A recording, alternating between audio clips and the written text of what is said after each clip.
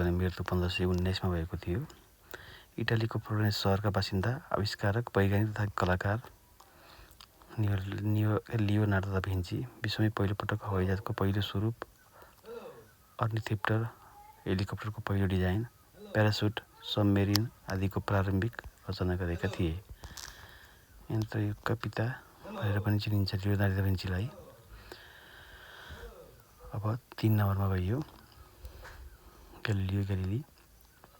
ग्यालिलीको जन्म सन् 1564 मा सिसिलीमा भएको थियो। सिसिलीको इटालीमा भने 1642 मा यिनको मृत्यु भएको थियो। सूर्य ब्रह्माण्डको केन्द्र हो, पृथ्वी होइन। पृथ्वी लगायत अन्य सबै ग्रहहरू सूर्यको वरिपरि घुम्छन् भनेर यिनले सुरुमा भनेका थिए। यही भने बापत एउटा गियार्डिनो भन्नेलाई वैज्ञानिकलाई जिउँदै जलाइएको भन्ने पनि छ। पहिला पृथ्वीका वरिपरि सूर्य घुम्छ भन्ने कन्सेप्ट थियो र अहिले पछि मात्र ग्यालिलियोले हो सूर्य ब्रह्माण्डको केन्द्र हो र पृथ्वी होइन, सूर्यकै वरिपरि घुम्छन् भनेर चाहिँ यिनले प्रमाणित गरेका पनि थिए। भौतिक शास्त्रका जन्मदाता मानिने ग्यालिलियो ग्यालिलीको जन्म 15 फेब्रुअरी 1564 मा इटालीको पिसामा भएको थियो भने निधन 1642 जनवरी 8 मा इटालीको आर्नेसीमा भएको थियो। यहाँ कतै सिसिली पनि भन्ने छ भने यहाँ कतै पिसा पनि भएको छ। यो विभिन्न बुक अनुसार फरक पनि हुन्छ र दुईटैलाई यसो अप्सन के आउँछ एक्जाममा, पिसा अथवा सिसिली, त्यही अनुसार ध्यान दिनु उचित हुन्छ। अब धेरैजसो बुकहरूमा सिसिली भन्ने थियो इटालीमा, अब कोही ठाउँमा चाहिँ पिसा पनि भएकोले हजुरहरूलाई कन्फ्युजन आओस् भनेर मैले यो पिसा पनि भन्ने चाहिँ जानकारी गराइदिएको है। पिसा र आर्सेनीमा भएको भनेर यो जन्म मृत्युको कुरा छ। इटाली त इटाली नै भयो, त्यसको सहरहरू चाहिँ फरक हुनसक्छ। जस्तो कोही ठाउँ उपचार अथवा एउटा आफ्नो गृहस्थल प्लस अब उपचारको क्रममा मृत्यु, यस्तो क्रममा फरक परेको हुनसक्छ। विभिन्न बुकहरूमा भएको हुनाले कन्फ्युजन नहोस् भनेर समरी खिच्ने क्रममा यो लेखिएको ठिक छ है। सन् 1583 मा उनले प्रतिपादन गरेको सिद्धान्तलाई आधार मानेर हुइजेन्सले सन् 1688 मा पेन्डुलम बनाएका थिए। यिनको चाहिँ थ्योरीलाई हुइजेन्सले व्यवहारिक रूप दिए र पेन्डुलम बनाए। त्यो पेन्डुलमको आविष्कारको देन पनि ग्यालिलियो ग्यालिलीले रहन्छ। हाइड्रोस्ट्याटिक तराजुको आविष्कार गरेका, मेट्रिक पास, पिसा विश्वविद्यालय गणितमा मेट्रिक, पहिला मेट्रिक भन्नु फ्लुएन्ट हामीले एसएलसी सरहनु मानिन्छ। यहाँ चाहिँ पिसा विश्वविद्यालयबाट गरेका थिए। इटालीको पिसामा भएको, मैले अघि नै भने इटालीको पिसामा जन्म भएको थियो भनेर यहाँ माथि लेखेको छ। माथि सिसिली भनेको छ। पिसा अथवा सिसिली चाहिँ उही उस्तै सहर, जन्मस्थान र पढाइको स्थानलाई फरक फरक मानेको हुनसक्छ। त्यहाँ उनीहरूले मेट्रिक पास गरे पिसाबाट। अनि गुरुत्वाकर्षणको प्रवेगको वेग सङ्घर्षको अनुपस्थितिमा बराबर हुन्छ। कुनै एउटा रेसिस्टेन्स भनौँ भने बराबर तरिकाले आउँछ भन्ने अर्थ हो यसको। यसको सङ्ख्या जी हो। यसको मान 9.8 मिटर पर सेकेन्ड स्क्वायर हुन्छ भन्ने कुरा पत्ता लगाए। जीको मान 9.8 मिटर स्क्वायर हुन्छ भनेर कसले पत्ता लगायो भन्दा ग्यालिलियोले। सन् 1609 मा विश्वको पहिलो एस्ट्रोनोमिकल टेलिस्कोपको निर्माण। एस्ट्रोनोमिकल टेलिस्कोपको निर्माण कसले गरेका थिए भनेर आउँछ, अथवा अप्सनमा चाहिँ लोकसेवामा के आउँछ भने एस्ट्रोनोमिकल टेलिस्कोप दिन्छ, अथवा त्यो अब अरूको थर्मोमिटर दिन्छ, जोडा मिलाउने पनि आउँछ, त्यसरी मिलाउनु पर्ने हुन्छ।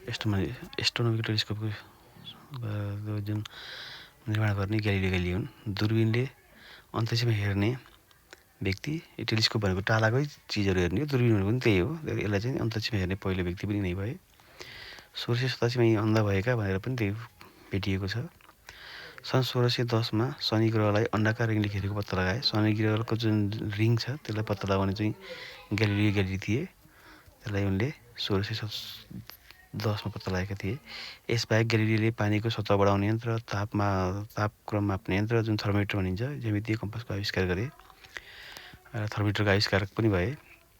सूर्य स्थिर छ, सूर्यको वरिपरि पृथ्वी लगायत ग्रहहरू घुम्छन् भनेर देखाउने वैज्ञानिक, जसले गर्दा 7 वर्ष जेल बस्नु पर्यो। एउटा गियार्डोन भन्ने चाहिँ जिउँदै जलाइएका थिए भने यिनलाई चाहिँ जेल पनि बस्नु पर्यो। किनभने यसले त यो त नयाँ कुरो त पत्ता लगायो, यसले उल्टो भन्यो भनेर यस्तो भयो। तर वास्तविक कुरो त्यही थियो। चन्द्रको अर्कै आफ्नै प्रकाश नभएको पत्ता लगाएका, किनभने चन्द्रको आफ्नै प्रकाश हुँदैन, यो सूर्यको लाइटले चम्कने हो भन्ने हामीले त पढेका थियौँ। त कसले पत्ता लगाएर पढ्यौँ भन्दा ग्यालिलियो ग्यालिलीले। सर्वप्रथम बृहस्पति ग्रहमा उपग्रह भएको पत्ता लगाउने वैज्ञानिक पनि भए। यति महत्त्वपूर्ण छन् कि प्रत्येक पोइन्टहरू नै लोकसेवाका दृष्टिकोणले महत्त्वपूर्ण छन्। त्यो तपाईँहरूले सुन्न, सार्न, टिप्न, कपी कलम लिएर नोट बनाए पनि हुन्छ है। अनि पेन्डुलमको आविष्कार गर्ने भइहाले। पृथ्वी स्थिर नभए आफ्नो कक्षामा घुम्छ भन्ने सिद्धान्त प्रतिपादन गर्ने ज्यामितीय कम्पासको आविष्कारक गुरु। यिनका गुरु चाहिँ बिक्की थिए। बिक्की, युक्लिड र आर्किमिडेज थिए। उनका कृतिहरू के थिए भन्दा कृति पनि आउँछ, जोडा मिलाउने क्रममा कृतिहरू पनि जान्नुपर्ने हुन्छ।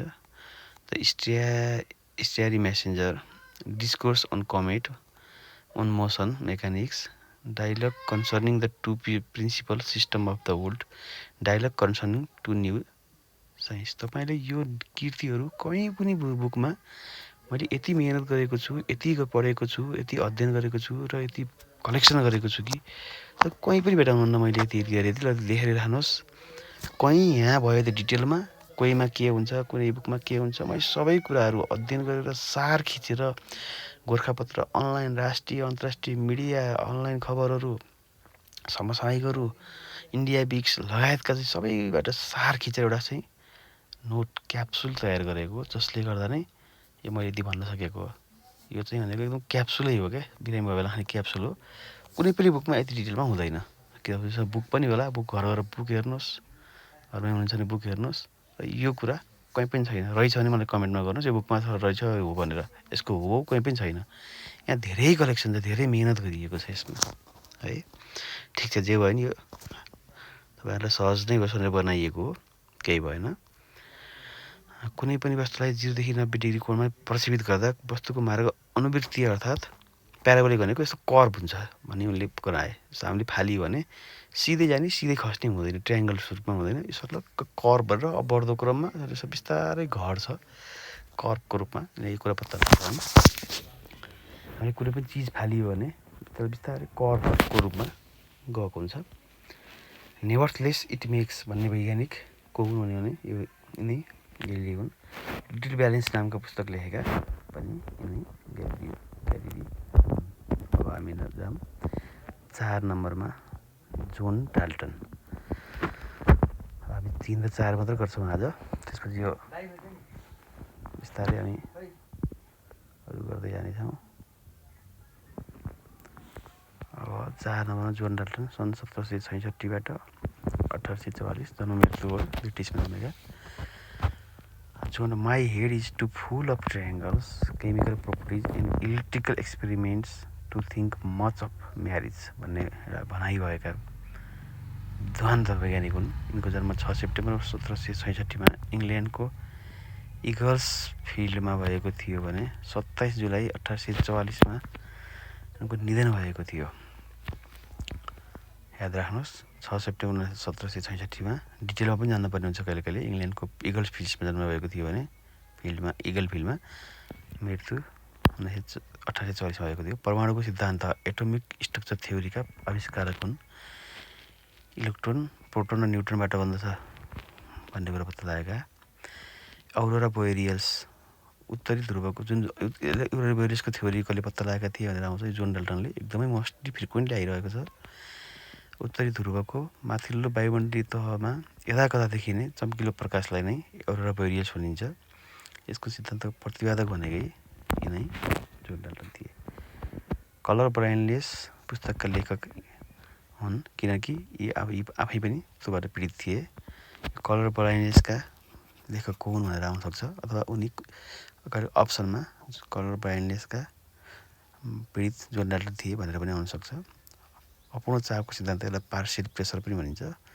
पार्सियल प्रेसरको सिद्धान्त पनि जोन डाल्टन पत्ता लागेका थिए। यो चाहिँ साइन्समा आइएससी, बिएससी अथवा अहिलेको 11-12 अथवा ब्याचलरमा पढ्ने बेला यो कुराहरू थाहा हुन्छ। जोन डाल्टनको डाल्टन्स ल नै पढ्नुपर्ने हुन्छ। ठिक छ, त्यतातिर गहिराइमा नजाउँ। अहिले यिनले पत्ता लागेका थिए भन्ने मात्रै जानौँ।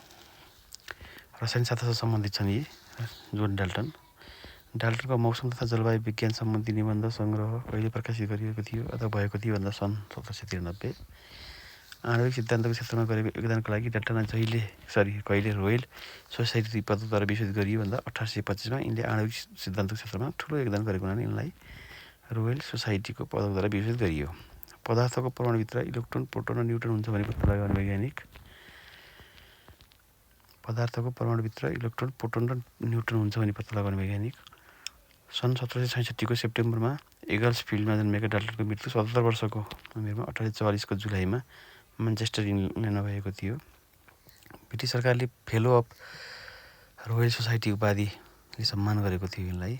Atomic theory, law of multiple proportion, Dalton law of partial pressure र डाल्टनिजम यिनका प्रमुख कार्यहरू हुन्।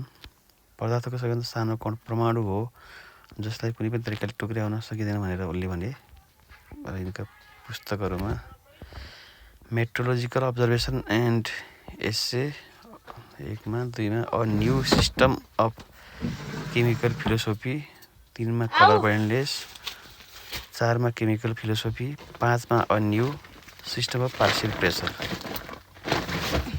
1, 2, 3, 4, 5 वटा पुस्तकहरू लेखेका थिए। आधुनिक विज्ञानका जन्मदाता पनि भनेर भनिन्छ यिनलाई। यो चाहिँ आन्सर गर्नुपर्छ। आजलाई यति। अरू तेस्रो जिके सेट 3 पार्ट 3 मा थप डिटेलमा माइक्रो फ्याराडेको बारेमा जान्ने।